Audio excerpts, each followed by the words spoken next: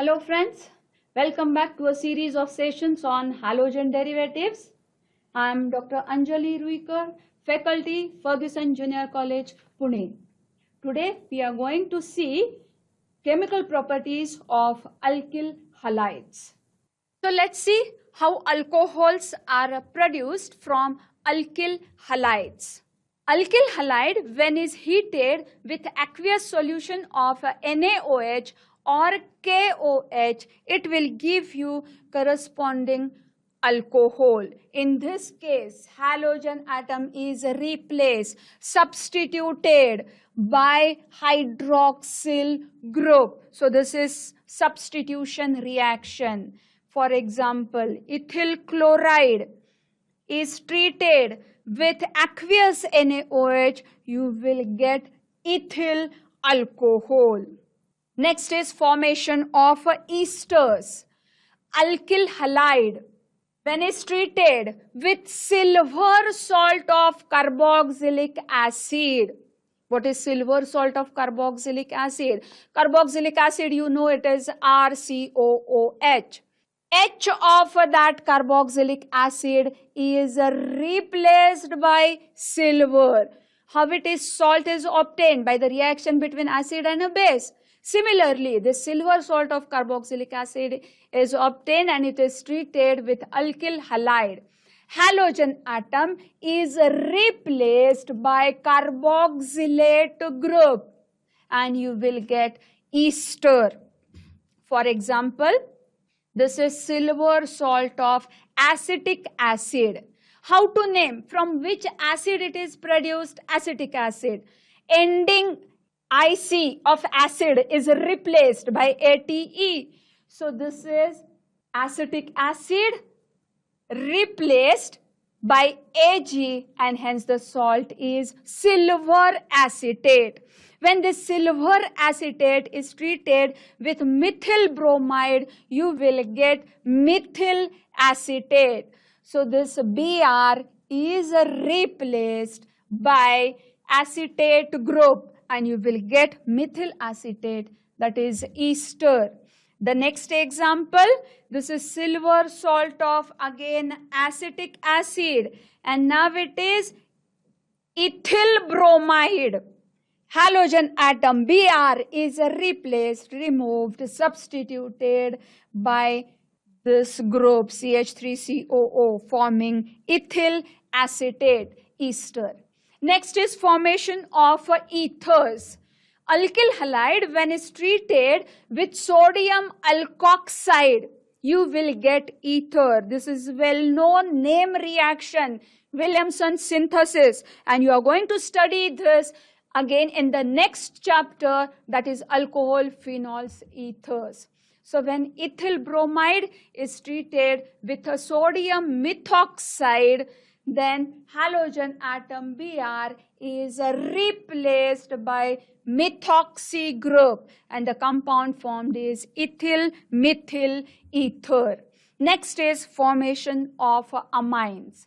Alkyl halide, when is treated with excess of alcoholic ammonia under pressure, primary amines are obtained. You are going to study this reaction again in the unit amines. So methyl bromide, when is treated with excess of ammonia, you will get methyl amine. Next is formation of cyanide and isocyanide. Ethyl bromide, when is treated with alcoholic cation, it will give ethyl cyanide, whereas ethyl bromide, when is treated with alcoholic AgCN, it will give ethyl isocyanide. Why? What is the difference? Both of these are cyanides.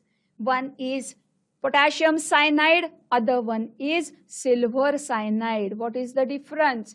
Potassium cyanide predominantly is ionic compound. This cyanide is ambident nucleophile. Ambident refers to what? Bond connectivity is possible from both the atoms, that is either through carbon or through nitrogen. Since cation is alcoholic, ionic compound, cyanide ions are present, and these cyanide ions forms a bond with a carbon atom of carbon halogen, and therefore you are getting alkyl cyanide. Whereas AgCN, silver cyanide, is predominantly a covalently bonded compound. No ions are there. So bond connectivity is possible only through lone pair of electrons on a nitrogen, and hence the product obtained is ethyl isocyanide. The another ambident nucleophile is a nitrite. When alkyl halide is treated with potassium nitrite, you will get alkyl nitrite, whereas when alkyl halide is treated with silver nitrite, you will get nitroethane. Think on it and find out the reason why with potassium nitrite you are getting alkyl nitrite, and why with silver nitrite you are getting nitroethane. So here all these reactions are summarized, various nucleophilic substitution reactions. Let's have a look at mechanism of nucleophilic substitution reaction. Now by this time you are aware of the term nucleophilic substitution reaction. Now what do you mean by a mechanism? A mechanism is a step-by-step procedure where which bond breaks, what is the transfer of electron takes place from which atom to which atom, which reagent is used, what is the rate of a reaction. All these step-by-step information of how reaction takes place is known as mechanism of nucleophilic substitution reaction. There are two types of mechanisms observed.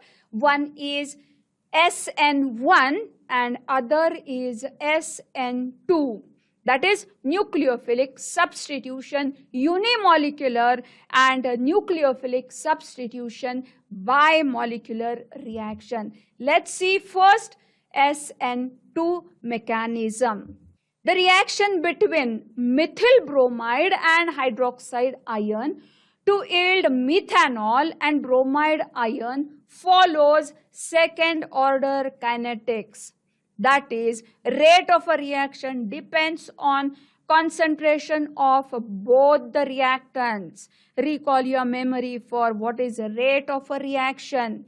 It is increase in concentration of the product or decrease in concentration of the reactant per unit time is a rate of a reaction. Always, slow step of a reaction decides the rate of a reaction, and rate of a reaction is experimentally determined quantity. So when the reaction between methyl bromide and hydroxide ion is carried out number of times, it is observed that rate of a reaction depends on concentration of reactants as well as the concentration of a substrate molecule. So rate is equal to K into concentration of your methyl bromide into concentration of OH minus. How the reaction takes place? Methyl bromide, sp3 hybridized carbon, halogen atom is present Br. Where the attack of nucleophile will take place? Attack of nucleophile will take place from backside of the original leaving group. Which one is your leaving group? Br is your leaving group that is going to leave the substrate, and which is going to enter the substrate, that is incoming group. OH is your incoming group. Both of them, they are exactly opposite. So attack of nucleophile takes place from backside. Why it is so? असं का होतं? This is because Br and OH, both of them, they are nucleophile. The thing is that weaker nucleophile is replaced by a stronger nucleophile. But both are nucleophiles, both are negatively charged species. So when both of them they are closer, there will be repulsion. And so as to avoid this repulsion, they are away from each other. Also, steric hindrance is there. Both of them, they are bulkier. So as to avoid that steric hindrance, both of them, they are away from each other. In a transition state, the carbon atom is a pentacoordinate in which halogen atom and the incoming nucleophile, both of them are shown by a dotted bond. What does this indicate? That bond between carbon and halogen breaks. At the same time, bond between carbon and incoming nucleophile makes. So simultaneous breaking and making of bond takes place. Remaining 3 hydrogen atoms along with the carbon, they are in one plane. What is transition state?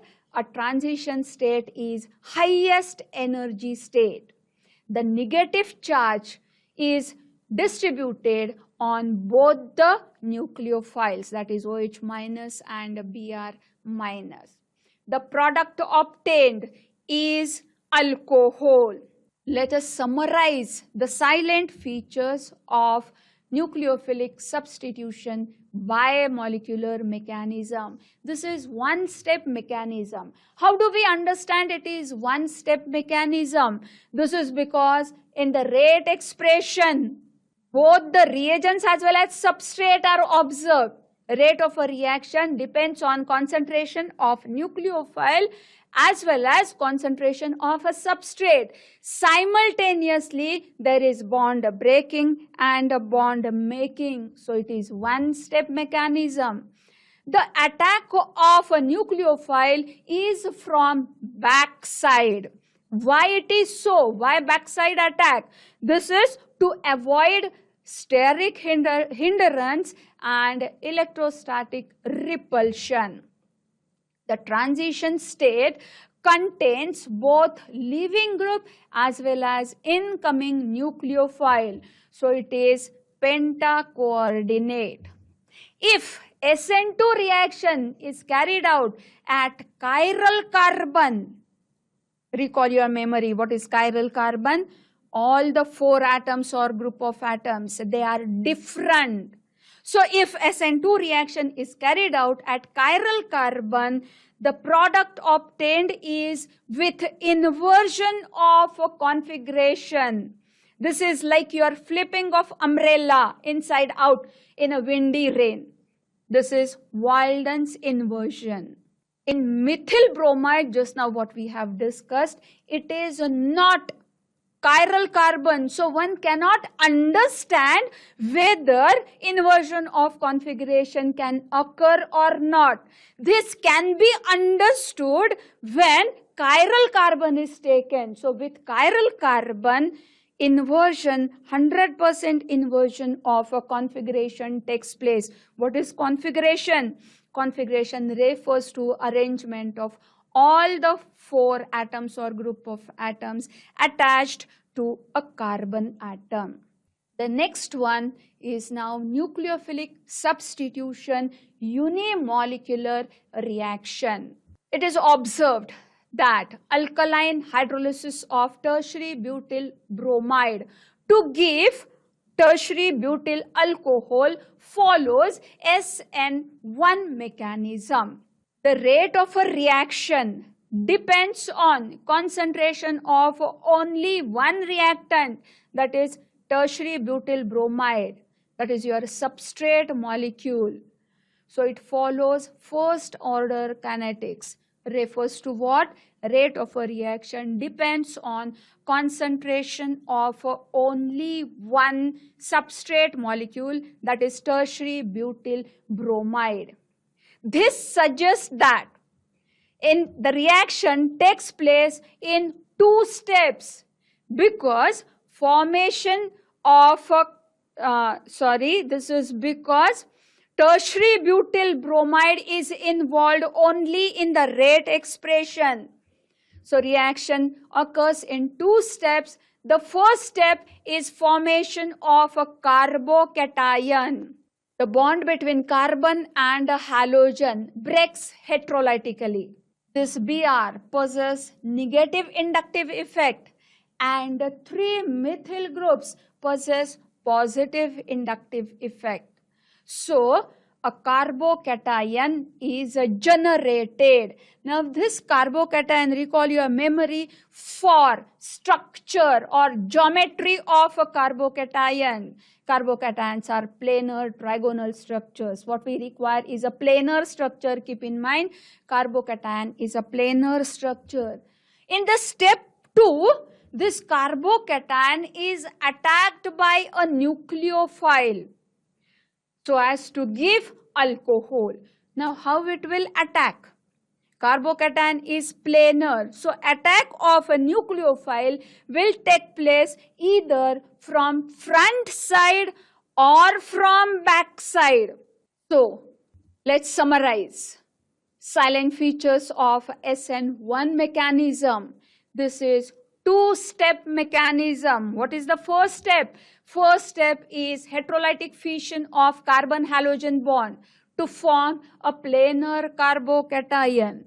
What is the next step? Next step is attack of nucleophile on carbocation intermediate. And if this reaction is carried out at chiral carbon, the product obtained is mainly with racemic mixture. Why it is so?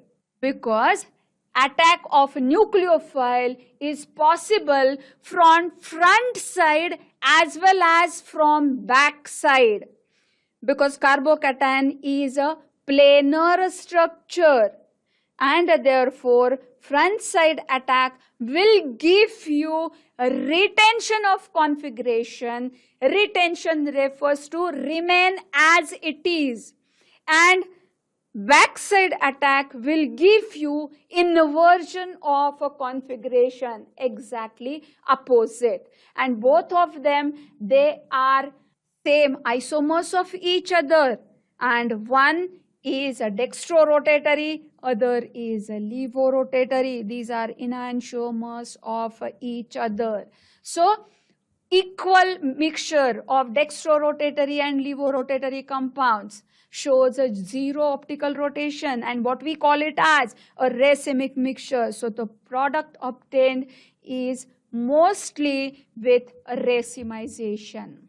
Let's see the factors affecting rate of SN1 and SN2 mechanism. The first one is nature of a substrate. Now substrate is our alkyl halide. SN2 mechanism, recall all the silent features. SN2 mechanism, how it will take place? Simultaneous bond breaking and bond making takes place. If simultaneous bond making and bond breaking is there, that means nucleophile as well as your substrate, both of them, they are present in a rate reaction. So your carbon to which nucleophile is going to attach should not be hindered one, the crowded one. If crowding is there, the attack of nucleophile will become difficult. So SN2 mechanism is favored for primary alkyl halide but not for tertiary alkyl halide. Why? In tertiary alkyl halide, 3 alkyl groups are present. So sterically hindered carbon is there. You can have a look at these structure. First one is your methyl group CH3 and incoming nucleophile and a leaving group. In the next structure here you can see one methyl group is present. Attack of nucleophile takes place to that carbon. In the next structure, now we are having 2 methyl groups.